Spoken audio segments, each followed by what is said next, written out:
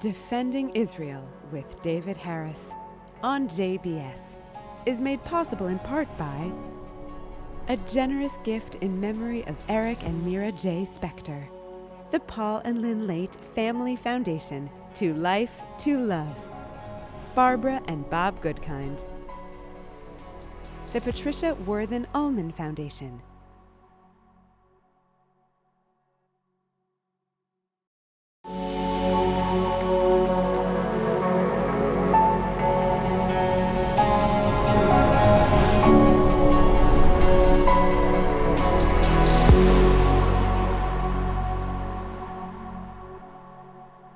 Hello JBS viewers, I'm David Harris and this is Defending Israel. By popular demand, and I really mean by popular demand, we have brought back Loay Alshareef.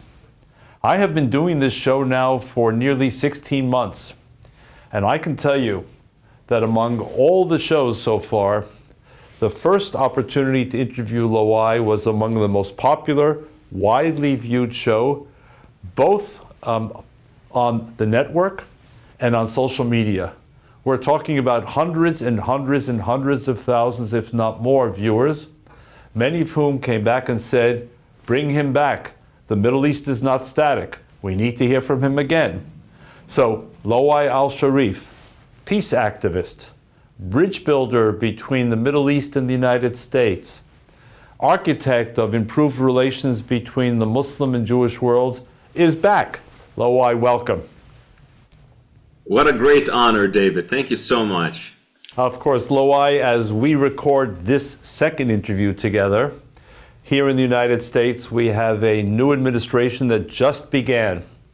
So this is the moment. Speak to them through our show.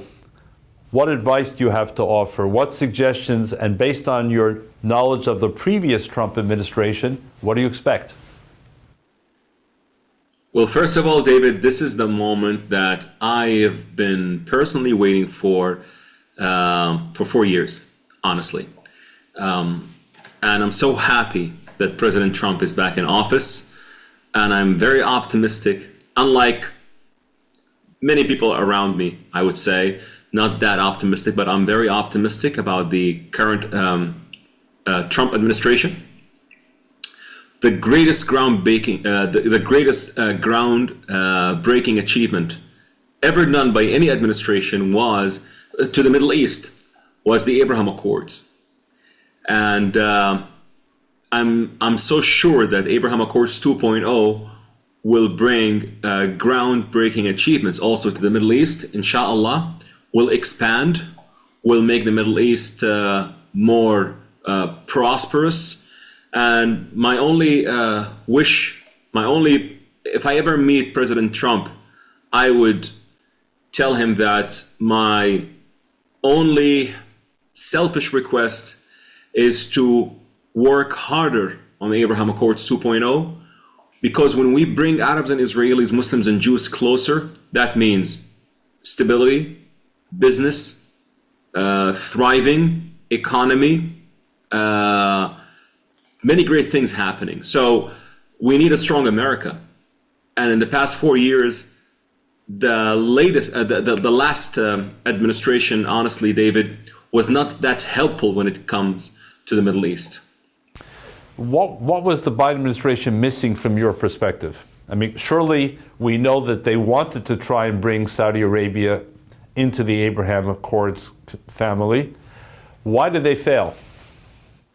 Wanted is something, doing is something else. I am really sorry to say this, David, but I just wrote this like an hour ago. I said, this is your daily reminder that the former President Biden administration made the greatest failure of inheriting a great success like the Abraham Accords without being able to bring one single country on board. One additional country on board. They failed to do it. I would say the greatest achievement they've done to the Abraham Accords was maintaining the name Abraham Accords, because in the first couple of months, the Accords were changed by the Biden administration. They were called the normalization deals, and then they were reverted back to the Abraham Accords.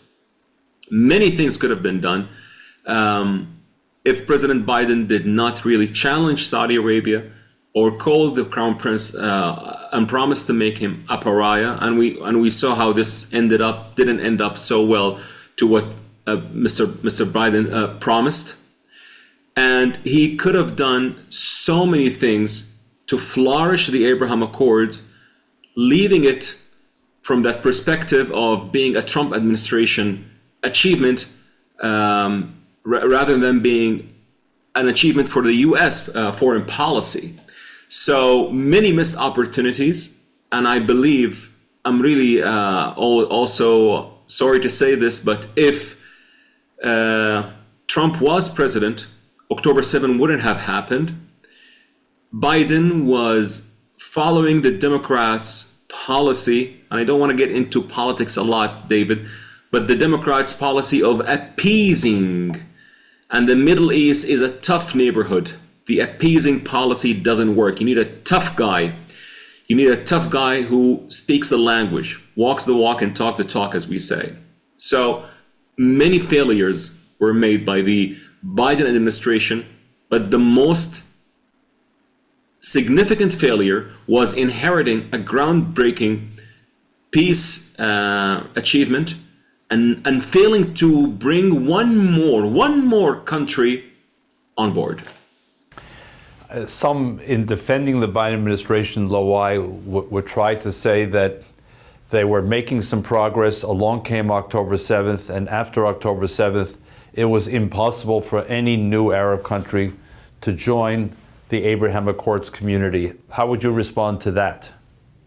I would respond to that by saying I totally understand, and this is a valid point, but there were 3 years before October 7th, 2021, 22, and 23, because October 7th happened in the last part of 2023.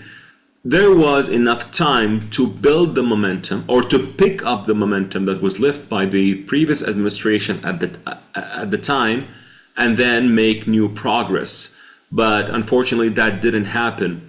And also, David, let me just reaffirm that October 7 happened because America was viewed as a weak player in the Middle East, was not viewed as a partner that would not leave their allies alone.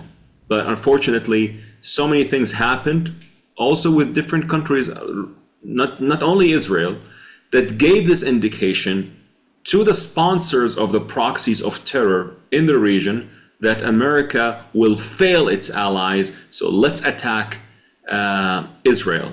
And October 7 happened, of course. And I'm not blaming Biden administration for not pushing for more peace during the war, because it would be impossible. But now we have a ceasefire, and inshallah things will evolve even better and better. And I hope through your program, David, that my prayer is answered when all the hostages are returned to their families. You put a lot out on the table, Loay, so let me see if I can pick up some of the pieces. First of all, from your perspective, is Saudi Arabia ripe for engagement now and eventual participation in the Abraham Accords family? I do believe Saudi Arabia will eventually join the Abraham Accords. I do believe peace between Israel and Saudi Arabia is a matter of time. There are some technicalities that can be developed, I would say. For example, the demand for a Palestinian state grew even further after October 7. But if you read between the lines so well, David, the Saudi Crown Prince said we need to have a roadmap to a Palestinian state. So I have the way out. I would say that we ask the Palestinian leadership to reform, and we are willing to convince the Israelis, if you have a Palestinian partner that is willing to recognize Israel, that will never teach the Palestinians how to throw the Jews off the sea, that will teach their children that Muslims and Jews will live together, prosper together, Palestinians and Israelis have a shared future. And when that happens, God knows when, Israel will approve a Palestinian state. If you have some sort of a roadmap that would entail what I just told you, I believe that would be, because I personally believe from what I saw from the Israelis when I visited Israel, the concept itself of having a state for the Palestinians is not something that they're against. Not now. I'll be very honest. After October 7, everyone, left and right in Israel, would never agree on a Palestinian state.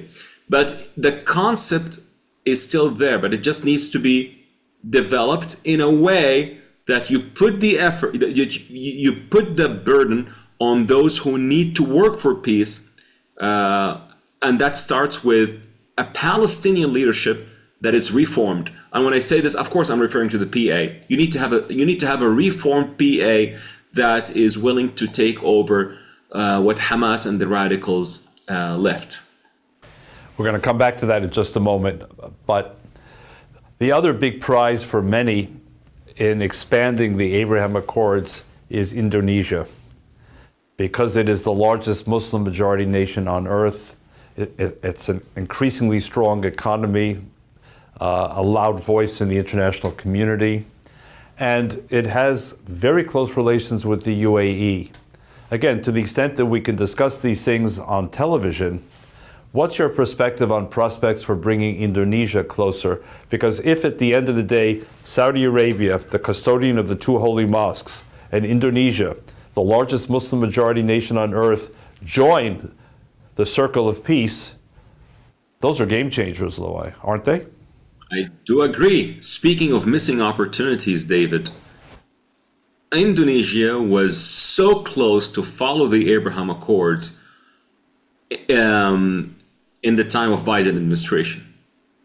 So close. I would say in 2022, early 23, Indonesia was that close. And I'm so aware of what I'm saying. But it was missed. Now, Indonesia, it doesn't share borders with Israel. There were no serious conflicts with Israel. And by the way, I know some Indonesians who visit Israel regularly and pray at Al-Aqsa Mosque. So Indonesia is a bit, how to say this, easier than Saudi Arabia.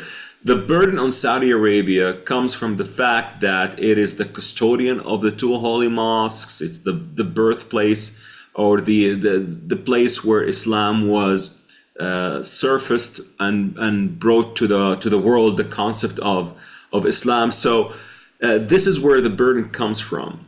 But Indonesia was going to be the second, or that was going to be the second big prize for the Abraham Accords during the Biden administration. But President Biden or former President Biden missed it. But I see it happening, and I see, by the way, David, I see things happen fast. Like this year, we can have 2 countries joining the Abraham Accords. I don't know. I'm not a prophet. I'm just saying that this is what I wish for, absolutely, and this is what I see coming. I think many of us share that hope and that wish and that prayer. Loay, coming back to the discussion on the Palestinians, just a few days before this recording, the ceasefire deal was announced. What was your reaction to the ceasefire deal? I should stress the temporary ceasefire deal. My opinion on this, David, is whatever the Israelis decide, I would agree with them. I really view the Israelis as one big partners in peace. I would say a big family, because I was in Israel and I felt that I was really home. I couldn't believe the hospitality that I received in Israel. And I didn't want to give my opinion publicly about the ceasefire, because I know there are pros and there are cons, or there are people who are pro the ceasefire and there are people who are very opposing the ceasefire.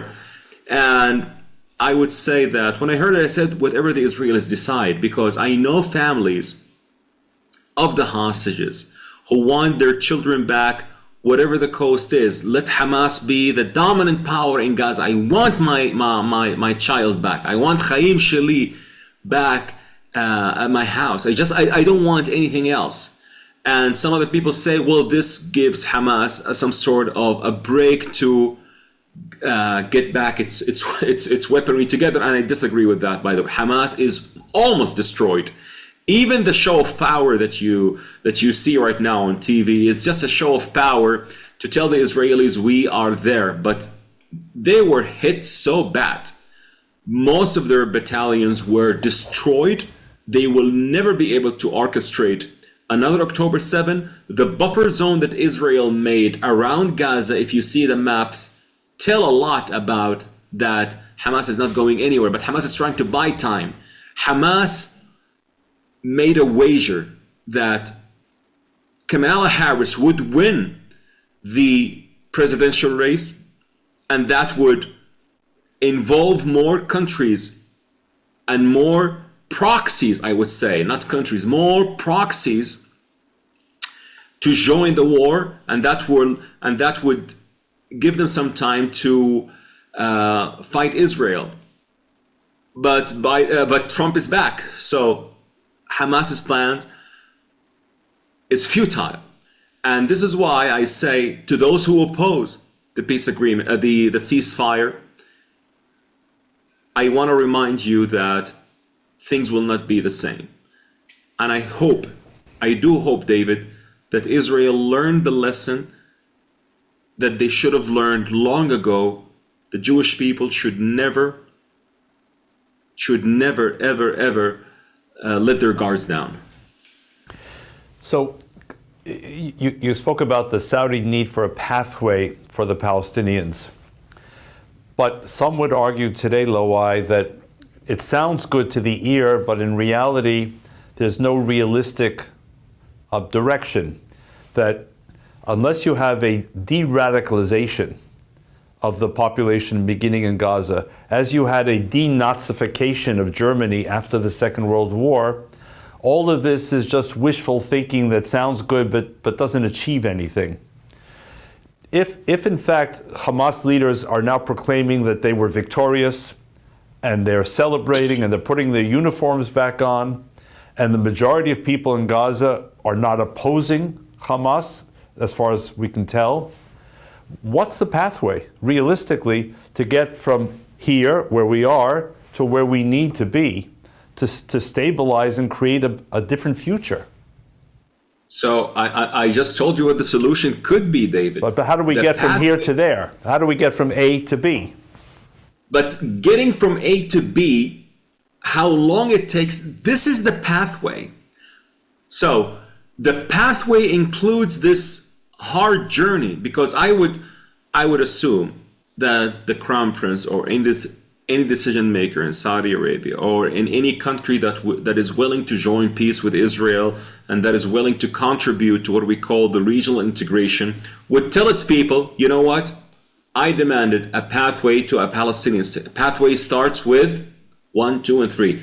First of all, starts with education, and then starts with education or denazification, as you said, starts with de-radicalization, and ends up with having a reformed PA that is willing to live side by side with Israel and teach their citizens to do so, rather than having this kind of illusion of the historical Palestine or demolishing Israel or throwing them off the sea. We can have peace with Israel during this pathway.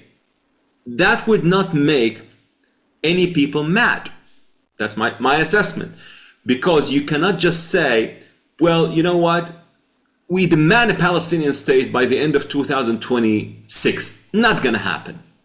I personally believe, let me tell you honestly, David, I personally believe the last opportunity of having a Palestinian state was Barack Clinton opportunity in 2000. Barack Clinton, Arafat, which Arafat walked away from. And Bill Clinton recently talked about that, how Arafat walked away from. And the Saudi ambassador to the United States, the former Saudi ambassador to the United States, the father of the current ambassador, Prince Bandar, in a documentary of 3 episodes in Al Arabiya, talked about how Arafat walked away from. So having a Palestinian state now or by the end of this year or next year or even the next 5 years is not realistic. But having a pathway that includes all of these steps that I told you would justify having peace with Israel. So as we speak and as you dream, and I share the dream, there are different actors in the Middle East who have different interests in Gaza and the West Bank. We have, for example, Iran, which has been diminished, but has not disappeared from the playing field. We have Qatar, which plays a very complicated role, as you will know much better than I. And we have Turkey, under President Erdogan, which has now flexed its muscles in neighboring Syria and has other regional, if not larger, aspirations. On the other side, we have countries like the UAE and Bahrain and Egypt and Morocco. Talk to us about the correlation of forces and whether they really are in direct competition or whether there's any overlapping interest. I vehemently disagree with one thing you said, David, and I would love to convey this to your audience. Iran has zero interest in Gaza, in Palestine, in the Palestinian cause. Zero interest. You might tell me, but Loay, they're having proxies that are fighting Israel. So I'll tell you the answer, and I said it time and again, David. I'll tell you the answer that many people in the West don't want to listen to. Iran's ultimate goal is going after Sunni countries. Iran's pathological creed of the Shiites, of the extreme Shiite sect, is to export the revolution. Iran wants to do this, and they say it out loud. In 1978, when they looked at the map and they said, what stops us from doing so? They looked at the map and they saw a big deterrence called Israel. So how can we fight Israel? We have to hop on the Palestinian cause and then say, Palestine and Al-Quds, very important to us. If you studied the Shiite denomination, and I did, Al-Quds or Jerusalem is not significant at all. According to one of the greatest imams of the Shiite denomination and also the Muslim, his name is Ja'far al-Sadiq. He was asked about, what do you say about the mosque that people talk about in Ilia? That was the former name of Jerusalem, Ilia Capitolina. That was the name that was known among the Arabs in the 7th and 8th and 9th century. And he said, the one in Al-Kufa is more significant. Kufa in Iraq is more significant than Al-Quds to the extreme Shiites, like the ones in Iran. But their interest in Gaza and in supporting the Palestinians comes as fighting the deterrence that once goes down, and it will never will, inshallah, they will come after the Sunni countries in order to export the revolution that they explicitly talked about. Other players, I might agree with you, but Iran has zero interest, David. Iran's first goal is to come after the Muslim Sunni countries. And of course, at the top is Saudi Arabia. I do understand that as a Muslim who was very involved in this theological debates and understand it very well. And if you look at fact, you would see that as well. It's an important point you make. Loay, we have a few minutes left, so I have 100 questions still. We haven't solved every problem yet, but would you expect a weakened Iran, and it has been weakened by Israel? It's a bit more naked. Its air defenses have been stripped. Would you see the possibility of regime change in the near to medium future? But let me first, David, clarify a very important thing, that the Persian people are amazing people. The Iranian people are amazing people. We're not talking about the Iranians as people, of course. We're talking about the Ayatollahs. The regime. And they can be weakened, of course. And you know how best to do it? By forging more peace, by having more countries joining the Abraham Accords. You would corner Iran and you would corner the extremists and radicals, because when they see the fruits of peace, when they see Arabs and Israelis coming together, when they see Israelis flying to Abu Dhabi and Dubai, and Emiratis are flying to Israel or Tel Aviv and Jerusalem, or business between Saudi and Israel, or high-tech ventures between the UAE and Israel, this is how you defeat Iran, and this is how you defeat the Ayatollahs, and how you defeat the radicals who don't want this region to stabilize. I believe that this is more effective than any other warfare that might be on the way, by the way. Let's see if that can be achieved. We hope so. Very quickly, Loay, back to the first conversation about the new Trump administration 2.0. Would you urge them to ban the Muslim Brotherhood in the United States as it has been banned in some Sunni countries? Please do. Please do. If they can hear what I say, please do. Never make this confusion between freedom of speech and freedom of hate and hate speech. And you have to know that these people are the ones who are using your liberal freedom as a ladder to climb, and as soon as they get what they want, they would throw the ladder away. And no one knows their danger like the UAE and the moderate Muslim Sunni countries that banned this evil group. So I would urge them to move forward and ban all the radicals. And on top of them, of course, is the Muslim Brotherhood. And let's not forget, David, Hamas is an armed wing of the Muslim Brotherhood. And there's a difference, David, between radical Islamists and moderate Muslims who are, and I'm not talking about the moderate Muslims who would sugarcoat what the other radicals do. I'm talking about the brave moderate Muslims who say that our faith should never be kidnapped by the radicals, and they stand up against those who speak on their behalf. I'm talking about the brave moderate Muslims who believe in peace and prosperity, who believe in a Middle East where Arabs and Israelis live side by side. And I'm not talking about the radicals who are fumed with an apocalypse view on how things should go in the Middle East. Yes, I would urge them to ban the Muslim Brotherhood for sure. And please work more on Abraham Accords. I'm telling you, David, that is a selfish request, because if you put more efforts on the Abraham Accords, we're all put to work. We're all going to do lots of good things, and that would cascade to the personal level, to business, economy, to everything, if that is put to work, inshallah. Last question, and it's a big question that requires a short answer, and I apologize.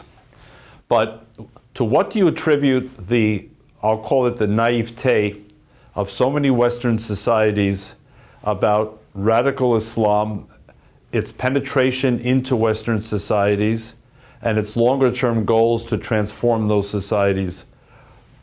Why are Western societies allowing this to happen, in your view, Loay? Because they are so kind. I don't want to use another word. They are so kind, and they are so... I was in Canada a couple of months ago, and my God, David, the Canadians are the kindest people on earth. And they are complaining about the Muslim Brotherhood. And I say, you Canadians are too kind not to understand that radicals use religion to influence other Muslims in a show of power as a ladder to misuse your liberal freedoms in order to achieve their political agendas.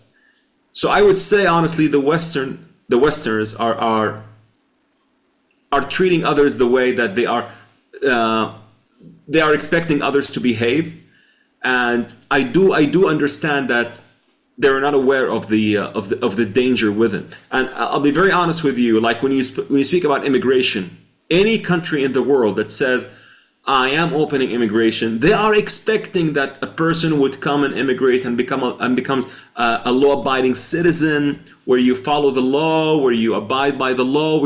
They're not expecting people who would come in a great influx and change the demographic facts. The value system.